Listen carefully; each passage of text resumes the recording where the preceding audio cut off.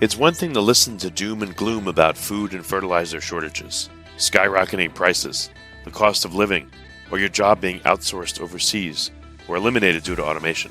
It's quite another thing to hear practical, immediately actionable advice from experts who can help you reduce the fear, anxiety, and burden of these problems. Tune in now to the Surviving Hard Times podcast from the Finding Genius Foundation with Richard Jacobs.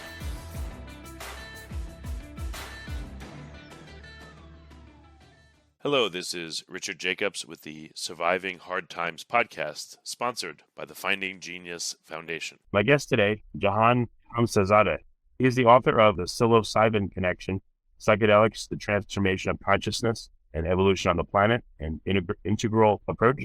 So we're going to talk about his work and knowledge of psilocybin and whatever else comes up. So, Jahan, thanks so much for coming. Thank you so much, Richard. It's an honor to be here with you. Yeah, if you would, tell me a bit about your background. How did you get into working with psilocybin?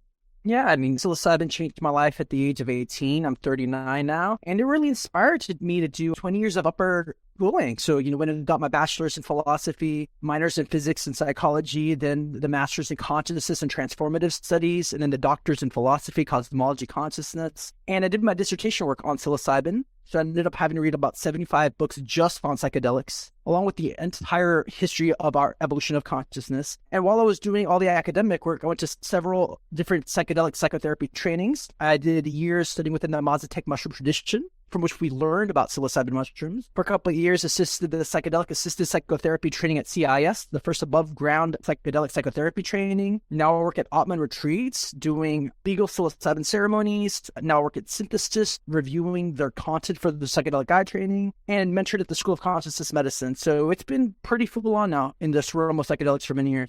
Yeah, very interesting. So the assisted sessions, what do they use for? People that are, I've seen, I guess, on documentaries, people that are having existential crises, they're dying of cancer, or they have intractable depression or things like that. What are some of the therapies you see that are useful for? It's such a big answer, but the honest question is almost everything. What we've seen is it creates a state of wholeness and steals the sense of fracturedness we have with ourselves or relationships with the world. Then in terms of the neuroscience, it creates a hyper-connected brain state. So any parts of our brains that become no longer communicating with one another. So this has been helpful for 80% of people with treatment-resistant depression. That means the population that nothing else has worked. They've been in therapy for 20 years, tried all the medications, nothing's worked. For 80% of them, it's helpful. I think it's about helpful for 90% of all people. It's been really helpful with near end-of-life anxiety, people diagnosed with a terminal illness that they have months or a couple of years to live, and they're paralyzed in fear. They're able to overcome their fear and enjoy the rest of their life and let go of the fear of death with the help of psilocybin. It's about 80% successful for nicotine addiction, which is one of the hardest addictions. 80% successful for alcoholism. It's helped OCD. And overall, it seems to make people...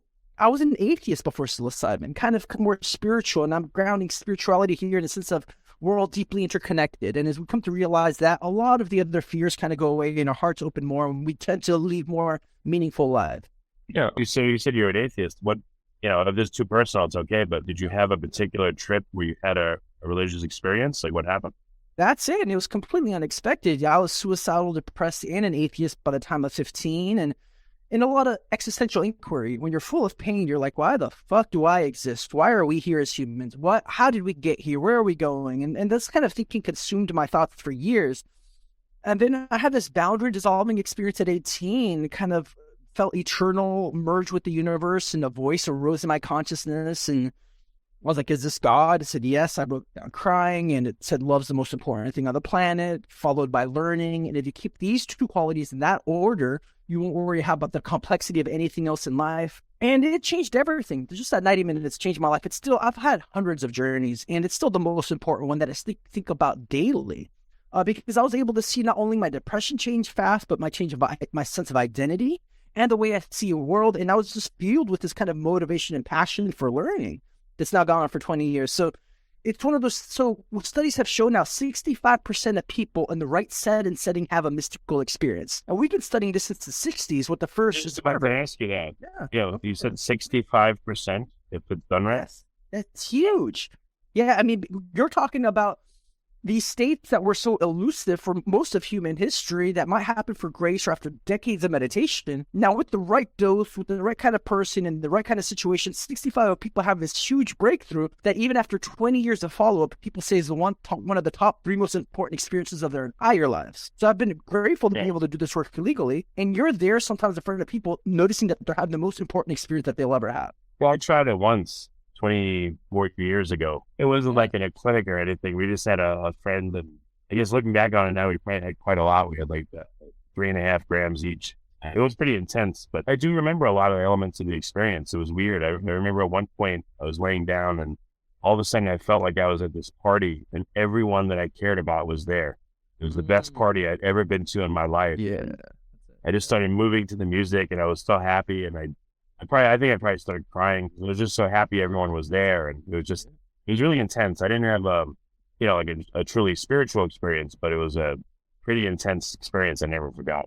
I mean, that is very beautiful. It's not so far. It's just the spiritual part is deepening that, the sense of connected to everything, really happy. This is such a beautiful kind of perfect moment. And you can see why it helps depression, right? People that have been stuck in a negative emotion and kind of frame of mind and feel alone for so long, for decades, and all of a sudden they have an experience like that at a party. It boosts their mood and gives them a new state of reference. What's possible? So I'm curious, given that this was so beautiful this evening for you, though intense, why didn't you ever do it again? Oh, because it was also scary. I was with my girlfriend at the time, who's now my wife, and totally relaxed about it. I was like freaking out.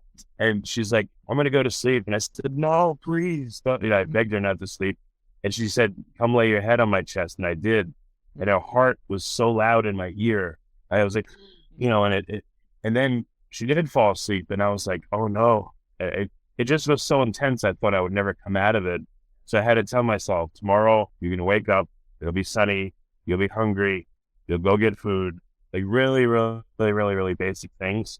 So I think that's why that, I wasn't with someone that helped guide me through it and everything. And so it was very scary at certain points. I mean, that's the truth. I mean, it can be very, very intense, especially once you go 3 grams, 4 grams, 5 grams and up. The clinical studies used about normally 4.5 grams. And so it's best there to have a guide or a therapist that knows the territory, that can reassure you, that can help you process all the stuff. And so the recreational setting at a party can be very beautiful and also highly disorienting. I'm glad you had your wife with you. It seems you felt even closer to her, even though once she fell asleep, you kind of felt a little bit more alone. And part of the beauty, it only lasts 4 hours. So you do eventually come back, even though it can feel like forever. Yeah, when I started coming down and I felt it, then I was like, oh, thank God. I know, right? But it was just, I was on the very edge of reality, it felt like. So it was scary. I don't like to, some people really don't like to be out of control. And, I see some of the sessions that people do with psilocybin, they'll put on like an eye mask and lay there. And I wouldn't want to do that at all. If possible, I would rather sit there with a practitioner or two and talk to them. I'd probably talk them to death, but I wouldn't want to lay there with like zoning out like that with a mask. Yeah, so a lot of times at the beginning when people are starting, they do have to keep talking and to stay connected to feel safe. What I found, maybe about after a couple of hours of talking, and it depends if you're a kind of person that helps people feel comfortable, safe, and relaxed, they're able to let go. And what I found, it can be more therapeutic with the blindfold on. So I'm about to go to Jamaica next week to do this work legally over there, and we do about 12 people at a time, and we do encourage that method. And that's partly because people tend to come for high-level trauma. You're talking about lots of PTSD, suicidal depression, they've been raped. And so they're suffering so much that we want to get them inside to do the deep work and the deep healing. So it tends to be more effective when the focus is internal. That being said, we kind of have to create the space so that the person feels really safe to go inside. That makes a lot of sense, yeah. Interesting. I know the sessions are private, but do you ask the people who are done with their session, do they want to go back and see themselves or hear things they said, or do they remember enough and it's a private experience for them? You just Yeah, I mean, it's quite a procedure, really. I mean, we do prep sessions, like with Jamaica before they head out. We do a lot of prepping before the journey. We get out all their psychological material, like doing regular therapy all the way up to the actual journey. Journey is about 6 to 7 hours. And then we do a lot of like therapy afterwards, including following up once they get back. So it's fairly comprehensive in that way. And we are taking notes during the journey. Sometimes people can forget part of their journey. That doesn't mean the impact still isn't taking place. That being said, we do take notes, so when we remind them, it tends to jog their memory and pull it all back for them. I any experiences, without saying names or anything, but any amazing experiences that you've observed or heard anecdotally from the person in front of you, what they've experienced? I've seen hundreds of journeys, and so I can't even begin to tell you how incredible it's been. A couple come to mind right away. One person had been drinking every day for 5 years, and she came in and dealt with the deepest really deep childhood trauma and agony that she wasn't aware of. So she was in excruciating pain for 6 hours, and you're there with them completely empathically the whole time, moving through this deep pain.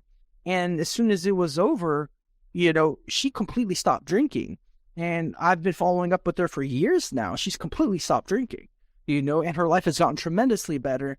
Another one that really stands out, and there's so many really gems to talk about, but the person came because his wife had died of leukemia 2 years ago.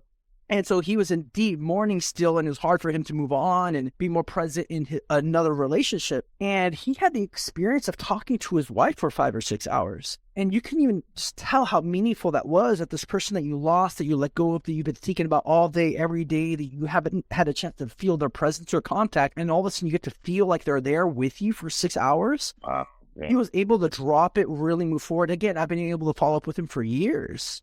And the impact has been lasting. And the hardest part about this job, it is incredible. The hardest part of this job is navigating expectations, because some of these outcomes are so extraordinary. And then, there's a small percentage of time where nothing happens. So I'm just saying that for the viewer, like we're really sharing the highlights. And I said it's really successful for about 80% of people. But there's about, 10 to 20% of the time where nothing bad happens, but I'm not sure they get as much out of it. Yeah, makes sense. So you said earlier on in your bio, you spent many years, even going to the PhD level in consciousness and psilocybin and things like that. What kind of things did you learn through your academic work about it outside of the sessions? Like how does consciousness fold into psilocybin use? I got really interested as a teen on evolution from every front, from the Big Bang till now. I spent 3.5 years as a physics and math major, and then moved also to studying evolution in terms of all of biology, but then anthropology, and then a big focus on the evolution development of experience itself. And that's where psilocybin and the other psychedelics become so fascinating, because you're talking about something that almost instantaneously gives a sense of expanded awareness. And so the heart of my dissertation really focused on this idea put forward by Terence and Dennis McKenna, that perhaps it was psilocybin mushrooms that catalyzed the evolution of humanity. And so there's over 200 different species of psilocybin mushrooms found around the world. And the idea is very simple, that there was consciousness expanding compounds in the environment where our ancestors evolved that expanded their consciousness. And as Paul Stamets, the great mycologist, points out, that the most common mushroom in the Africa savanna where we evolved is of the psilocybin variety. We see archaeological evidence of psilocybin use there. We know now from the neuroscience last 10 years, it creates a hyper-connected brain states and stimulates neurogenesis, the growth of new nerve cells. We know it creates mystical experience. So this also describes the very emergence of religions, of myths, and then of art itself. And so after 20 years of looking at this theory, I came across it at 19. I've been really focusing on it, and all the evidence, and people can go through it on my book, really adds up, and I haven't found a single contradiction. I've had to defend this. The book's been out for almost a year. There's no retort.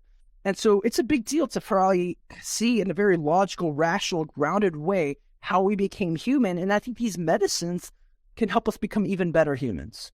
Does anyone use psilocybin as question and answer sessions? So what I was going to ask you is, either you or other people that have had mystical experiences, has anyone asked God that they encounter in the experience, why is there psilocybin everywhere? Or other questions that they want to ask God, for instance. Could you do that? Could you write down a number of prompts and then take the psilocybin, let's say with a guide, and then during the session at the right point, pull up the prompts and ask and just see what comes of it while you're having that experience? Absolutely. Plenty of people I have held journeys where that's a big part of what we're doing. Terence becoming probably my favorite philosopher. He's notorious for knowing that, for talking directly to the mushroom. So yes, that is a high possibility. It's not a guarantee, but there is a sense that you're in contact with a very deep kind of universal intelligence. It's trying to pour wisdom into you, that cares about you, that loves you, and is trying to teach you.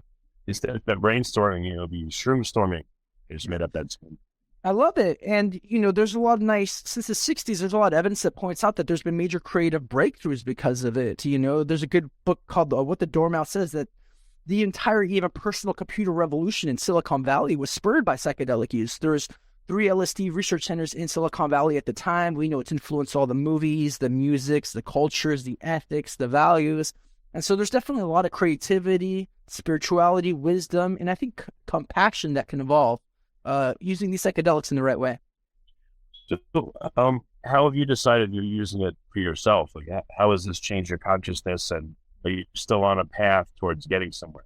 What are you using it for, particularly? Yeah, great question. I mean, I've had hundreds of journeys at this point, and I love them deeply, and I feel pretty whole. I feel pretty complete. I feel I found what I'm looking for. There was years of searching. I was obsessed with philosophy and inquiry, and I'm grateful to come a point that I'm settled. And a big part is just realizing this deep sense of unity. So there's no longer this sense of seeking.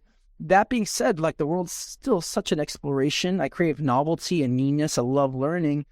And I feel I'm at a point right now where I get to divert most of my energy to helping other people heal. Like, they've impacted me more than anything else. So I wanted to create safe spaces and educate the public about these medicines. So what needs to happen with psilocybin use, in your opinion? Does the method of administration need to change, or the laws just need to be clarified to allow people everywhere to do it? Or like, what is I don't want to call it an industry, but, the consciousness work that you do, what does the industry need? I'll just use that. Yeah, I mean, it's evolving much faster than any of us expected. I've been looking at this for 20 years. In the last 3 years, the acceleration is ginormous. We have psilocybin projected to become federally legal in 2 years. So doctors across the U.S. will be able to prescribe it faster than we ever thought. The decriminalization movement on a local grassroots level has taken off. So in Oakland, where we live, it's decriminalized. We're probably around 7 or 8 different cities across the U.S. now. It's legalized now, which means people can set up storefronts and licenses in Denver and in Oregon. And so we have a huge industry emerging. When I got into this, there was only 2 trainings anywhere that I could see, or now I hear about a new training every week, a new psychedelic psychotherapy training. I've been in touch with USONA. I've been doing some talks with them. They're one of the lead psilocybin researchers that have been pushing towards legalization. They're one of the 2 large companies that are going to have a big hand in psilocybin becoming legal, and they're building this huge planned compound in Wisconsin, and they're doing next level group ceremony settings. So I came in as a consultant to see what kind of, how they could design the space and what kind of content they can put up there. And it's moving forward fast. So education is first and foremost. There's a stigma from like the 1960s around psychedelics that came from misinformation that needs to change. The laws need to change so that people feel safe and they can actually get help, and there's infrastructure. And then people need to get trained. That's probably the biggest bottleneck, is getting enough trained individuals. It's such an effective form of therapy. There will probably be a psychedelic psychotherapy clinic in every city. It's that much more effective than regular talking therapy. We just need enough trained, good people to be able to hold those spaces. What is the therapy like after someone has come down from their trip? You said that people do talk therapy. How is it different than without the psilocybin talk therapy? Yeah, so again, I mean, I love talk therapy. It doesn't go as deep. I still studied somatic psychotherapy for 2 years, Hakomi, and I've studied a variety of tantra trainings, like working directly with sexuality. And I'd say those go deeper because so much of the trauma is actually held in the body and it's unconscious. And so talking only goes so deep, and people can't get to the root of the stuff and help get it out of the body. The psychedelics tend to engage you at the core of your consciousness. They change our view of ourselves and reality so fast. So Stan Grof, one of the biggest researchers in the field, he worked in this area for 50 years. He said psychedelics catalyze holotropic states of consciousness, states that organically move into wholeness and healing. So if you give a person a good amount of psychedelics and create a safe space, the content that they need to heal that's repressed tends to come up by itself. And then you're there as a therapist or guide working directly with that content. And then there's a lot of follow-ups with integration to make sure people make these changes in their lives, that they can help interpret the experiences in the right way, that they can feel grounded and not alone.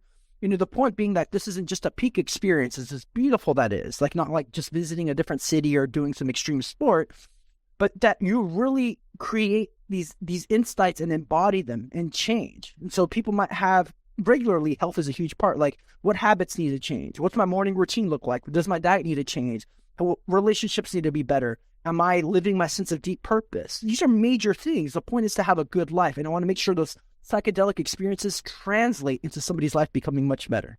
Okay, so people that want to seek out an experience like this, they don't want to do it themselves. They want to do it, I don't want to say properly, but with guidance, so it's more likely to go well. What do they look for? Do they Google something?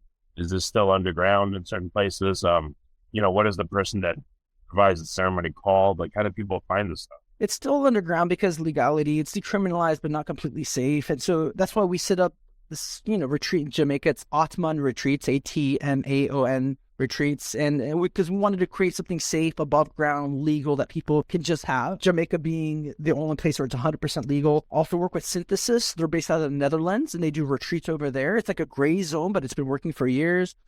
People could go to my website, psychedelicevolution.org, for a lot of different resources. So one of the hardest parts for people that aren't kind of networked into this is finding a right person. That's going to change tremendously in a few years. Clinics are going to cost a lot. It'll cost a lot to work in a clinic, but it'd still be possible. Accessibility is one of the hardest things right now because of legality. There are lots of practitioners, but everybody has to play it a little bit safe because people are risking themselves to help other people heal, and it's still not completely legal. Yeah. Any other amazing experiences that come to mind when you sat with somebody?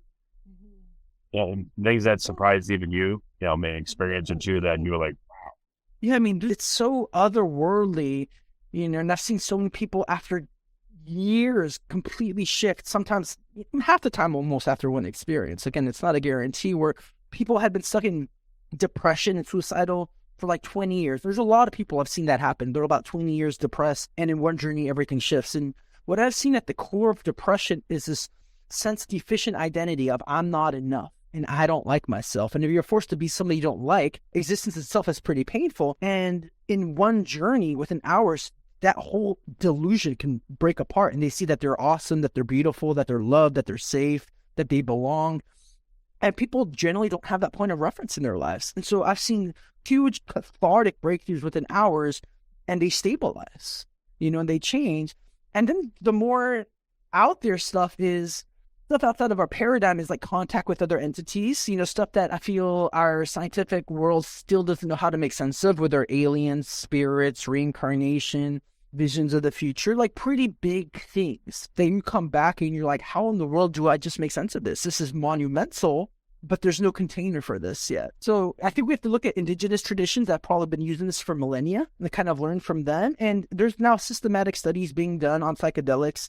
And we're beginning to chart that realm because the legality had been really held back. But there's studies being now done on, for example, DMT entities. If you take DMT, you're probably going to see other intelligent beings.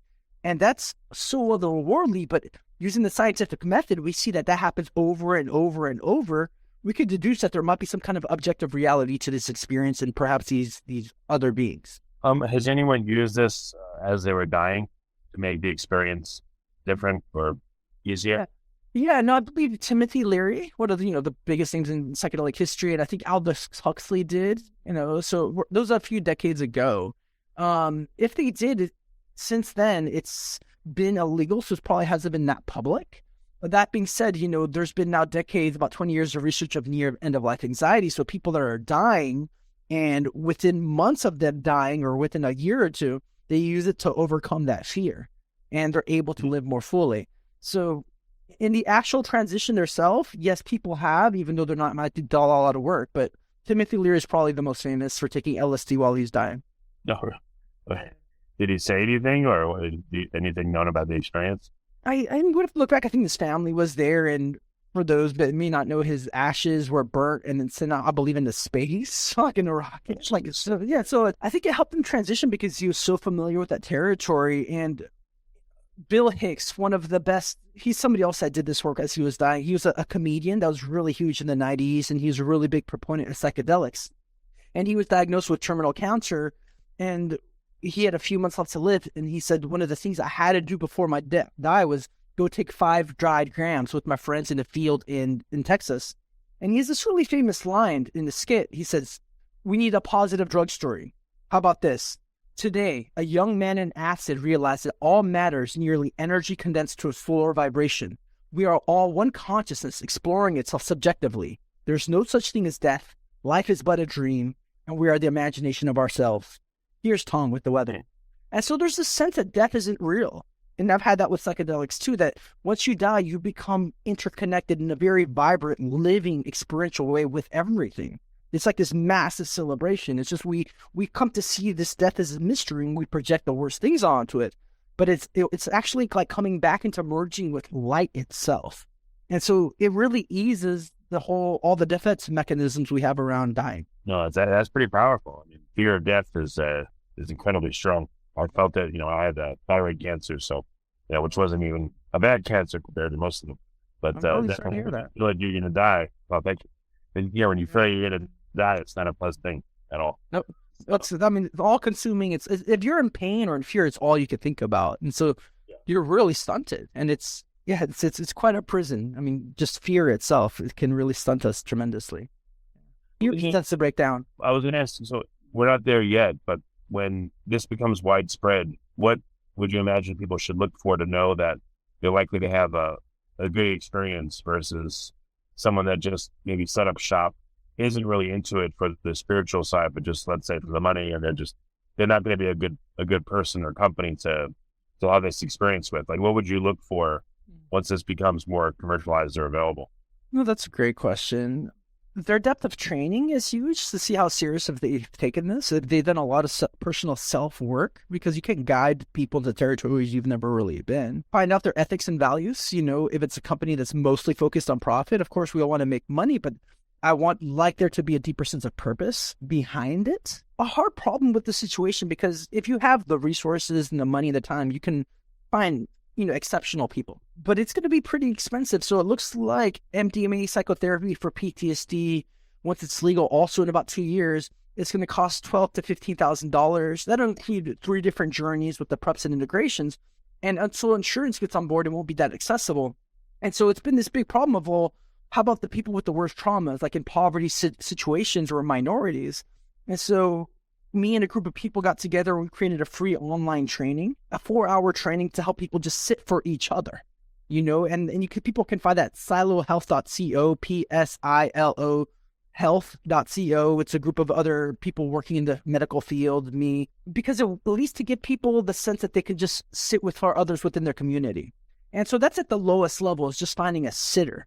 And then from there, you can find therapists and guides, and it just tends to, the more networked and the more wealth you have, you'll be able to deal with more like high level, more intelligent individuals. Just like great therapists cost more money, but those at the beginning of the practice are probably more widespread and easier to access. So you've had many journeys yourself. You said 100. What about sitting sessions? Like, how many people have you sat for, and what do you get from sitting for people? What comes to you from doing that? I've sat for a lot of people, and that's not a number right now I could put out there.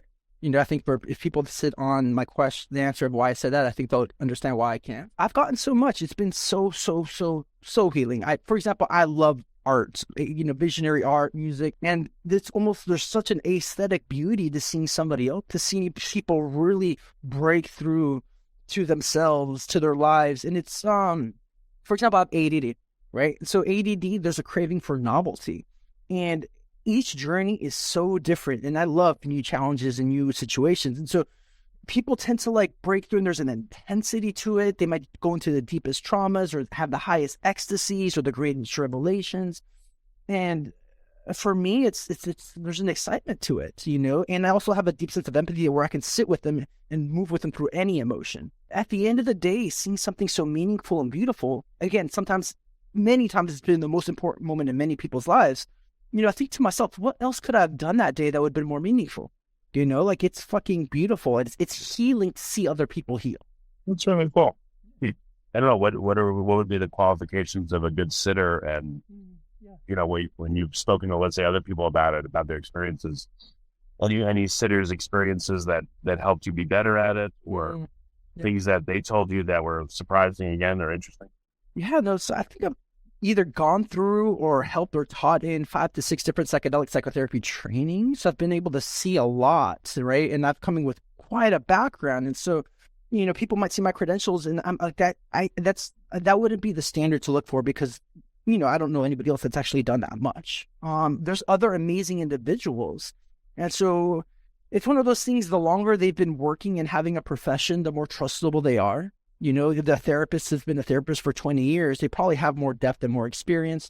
I would ask them their history of psychedelic use because it's unlike any other experience. It's not like talk therapy. It's very experiential and visionary and somatic and energetic. It's quite intense. And so I would like them to have a grounding and points of references for this. Their ethics matter huge. So safety is first and foremost, right? Like you need to feel safe around this person. Are they going to cross sexual boundaries? Are they wanting to take advantage of you? People are going to be in a very vulnerable state. It's highly vulnerable. You can barely move, right? And all your psychological defenses come down. Your heart is really open out there. And the more trusting you can feel and the safer you feel, the more you can surrender. So first and foremost, it's really a sense of, do you feel you can trust this person? If you can trust this person, you can really open up. If they feel unsafe, your defenses are going to be there and you're not going to be able to really move forward. And it could be a very uncomfortable experience. After someone sits and, they do a session, does the person feel embarrassed when they come down from it? Like, oh my God, I can't believe I said that or did that. I feel stupid. Once in a while. It always turns out great. But yeah, we have, this everyday egoic structure that has to have some kind of control, including keeping some level of poise and our sense of self-image, and we're used to acting certain ways. And when people come in, I expect them to fall apart, like the entire structure to dissolve and turn into a puddle and probably turn into a baby, because there's so much of the wounds are in that baby child itself. They're early in life.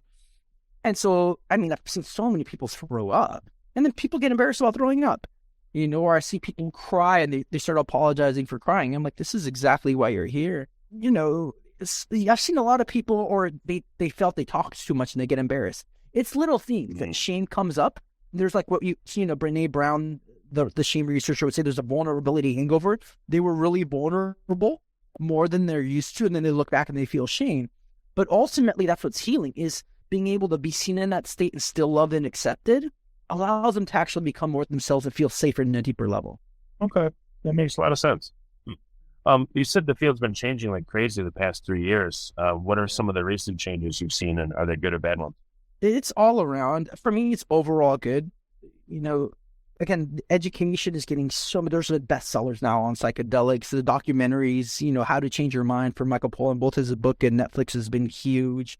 Fantastic Fungi by Paul Stamets, and the documentary has just gotten all around. We're going to have the largest psychedelics conference ever taking place in June in Denver, put on by MAPS, who's been one of the main researchers for 30 years. It'll be about 10,000 people. And so the field and interest is growing exponentially. There's a lot of money coming into the field, a lot of venture capitalists, a lot of people starting businesses. And so if some people have been in this for a long time that are really trying to be careful and create a really good culture with high ethics and high values that have been inspired by these psychedelic states, a sense of unity, oneness, taking care of the planet, taking care of other cultures, making good economic system. And then you also have people that haven't quite done that level of work, and they're coming from quite a capitalistic mind state, which could be more focused on just personal gain and extraction. Right? It's not balanced. It's like, yes, we want you to have personal gain, but we also want you to be of service, right? So you're going to have a lot of people coming in. There's a lot of companies trying to patent whatever they can. There's been several companies trying to patent everything they can around psilocybin. And psilocybin's been naturally growing for about, it seems like 70 million years. It's available all across the world. And so they're trying to patent every little thing of like, what if we serve the psilocybin this way? Can we patent this? So that they get rights to something. But what that does is it restricts other people from doing things. And so there's a lot of fight back. So anytime there's somewhere you can make money, there's going to be some level of greed coming in. But we're all becoming more conscious of that. That's going to be the hardest thing. And there's different perspectives around laws, around what specific ways laws could change or should be changing around this. Overall, it's all been very positive, but we're still meeting so much the challenges from living in this society we presently live in. Okay. Well, very good. So one last question. I've interviewed a number of people on wild plants and foraging and things like that. And it seems weird. I asked them, around the world, there seem to be plants nearby to human populations that help with pain, that help with other ailments, that, like you said, psilocybin. Why do you think that psilocybin is present wherever people are present? And why do you think that other medicinal plants are present, just it so happens to be near people all over the world? Yeah, no, that's true. I spent just an entire chapter of my book kind of addressing that. Chapter 3, if people want to look at it, because I got really focused on how does this possibly exist? How does a substance that grows in nature give high-level, complex, meaningful experiences that can be so healing? This is not random. It creates a hyper-connected brain state with almost no biotoxicity. Fits into the 5-HT2A serotonin receptor better than serotonin itself. This is not random. It's highly intelligent. So then I had to look at, well, what's the history of this organism, right? And so there's 3 big kingdoms of life. There's the plant kingdom, the fungi kingdom, and the animal kingdom. The fungi kingdom has been here for about 2.5 billion years. Animal kingdom about 500 million. So it's about 5 times older. It created the very soil for plants to develop. It was the first root systems, right? Fungi connects all the root systems and plants in the environment. It sends electrical impulses, breaks down matter to give it nourishment. And so we've always have been living and evolving on top of this living web our entire history. And as Paul Stamets points out, the mycologist, it kind of regulates the entire ecosystem. And so out of this large living underground net comes psilocybin mushrooms, easy to spot and grab, that fits into ourselves so well, it gives this higher state of awareness. And so an insight came to me reading Richard Doyle's book. He's a Pennsylvania University State professor. And he read thousands of trip reports for this book of Darwin's Pharmacy, Sex, Plants, and Evolution of the Noosphere. And out of all these reports, what he found was the signature psychedelic insight is that the participant realizes they're part of a vast, interconnected living system, and they should be re-termed ecodelics. So now we see that there are substances across the planet that bring ecological awareness. What makes sense is that the environment's trying to keep balance. The same way your body's trying to create a state of homeostasis, through hormones and other compounds and other electrical impulses, the environment's trying to do the same thing. This is kind of the thing with like Gaia theory, that the atmosphere is trying to regulate itself through gases. So we've been evolving, and this has been happening for billions of years. The ecosystem's always trying to regulate. What we're seeing now is that we've evolved within a regulating, evolving ecosystem, and there's compounds within the environment that are there to kind of regulate consciousness. Our body depends on plants for oxygen, for food, and I would say maybe even our minds and our spirits and our consciousness itself depends on plants and fungi to regulate itself and to be more whole and in balance with ourselves, society, and the planet. Well, excellent. Where can people start to learn more about psilocybin and find a place to go to get healing if they need? How do they start this journey? Yeah, humbly, my book's been the most comprehensive on this subject because I had to read every other book almost on it. And so that's the Psilocybin Connection. There's a reference over 400 different books in it. So it's quite extensive and goes through everything around psilocybin. If people are into reading, I think Michael Pollan did a great job with his bestseller, How to Change Your Mind. It was a nice coincidence a couple weeks ago. The New York Times recommended both my book and his book as the only ones that they recommended for looking deeper into psilocybin. There's amazing documentaries. It's out right now. Pretty much it's becoming so popular. As soon as you just get online, put psilocybin, it's nonstop. And people are making videos every day on it right now. If you want to cultivate, my friend Seth has this website, mycorrhizingfungi.com, for $100. There's a 5-hour workshop teaching you how to grow mushrooms so you can do it yourself and get really safe. And there's a psychedelic society probably in every major city. Let's put a psychedelic society in your town. Yeah, so there's ways to get community, and all these places have nonstop talks on it. And so the community aspect's amazing. Just keep connecting with more people that are interested in the subject and having more conversations around it. Okay. Well, actually, this brings to mind one last question, if that's okay. If you have several people that are highly experienced with psilocybin, and they all dose at the same time, is there any group kind of dynamic that you've been able to create, or other people you've seen create that? I don't know. What can you do if you have, again, a bunch of very experienced practitioners that all do it at the same time? What can they do? What can they accomplish? I'm glad. I've been able to have those experiences. There was a highly trained group of us that went to Oaxaca, around 18 of us, I think, and journeyed by itself. It's good. It's great, but we're also really deep into our own journeys. But something that's been amazing for all group dynamics that we found right away doing this in Jamaica is there's a huge sense of healing that can happen doing it in a group. And first, I want to preface, if you have a high level of trauma, the one-to-one work's really important because somebody's there to really work with you on the personal level with trauma. With the group work, we almost all have some kind of trauma around belonging, We have some kind of trauma around our family. And in this state that our boundaries dissolve all together in a large group, it creates a sense of cohesion at times and of deep meaningfulness.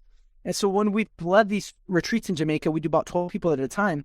It becomes so apparent that aside from the psilocybin, the next big medicine was feeling connected to a part of a group. And we've seen people stay in contact with each other as part of these cohorts for years, right? Because now you feel a sense of tribalness, of community. Your heart's finally open. You might have felt closed down from other people for years. Now the heart's open.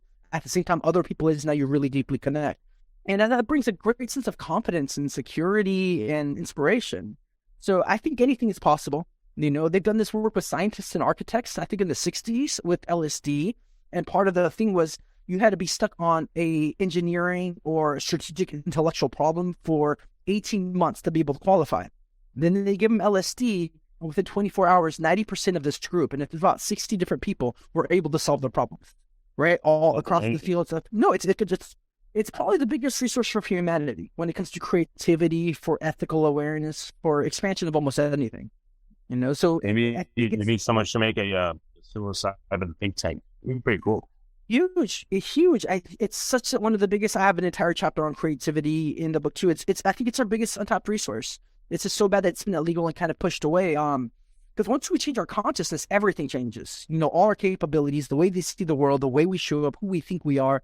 And so I think much of the technical problems that we have, or including the development of AI, for example, is going to be highly influenced. And we already Silicon Valley, they're using a lot of psychedelics already. But I think as this becomes more widespread and accessible, I think the level of novelty through technology and philosophy, through politics, through all across the world is going to rise up incredibly. Excellent. Well, Jahan, thank you so much for coming on the podcast and for all you do. It's been a really cool call. Thank you. Thanks, brother. Thanks, Richard. It's been an honor to hear you with you, and grateful for everybody that showed up to listen. Happy to be here doing this. Before you stop listening, ask yourself, what are 1 or 2 useful things you heard on this podcast that can help you overcome food and fertilizer shortages, skyrocketing prices, the cost of living, or your job being outsourced overseas or eliminated due to automation? Please like and subscribe and tell your friends and family about the Surviving Hard Times podcast. We're all going to need help now and in the near future.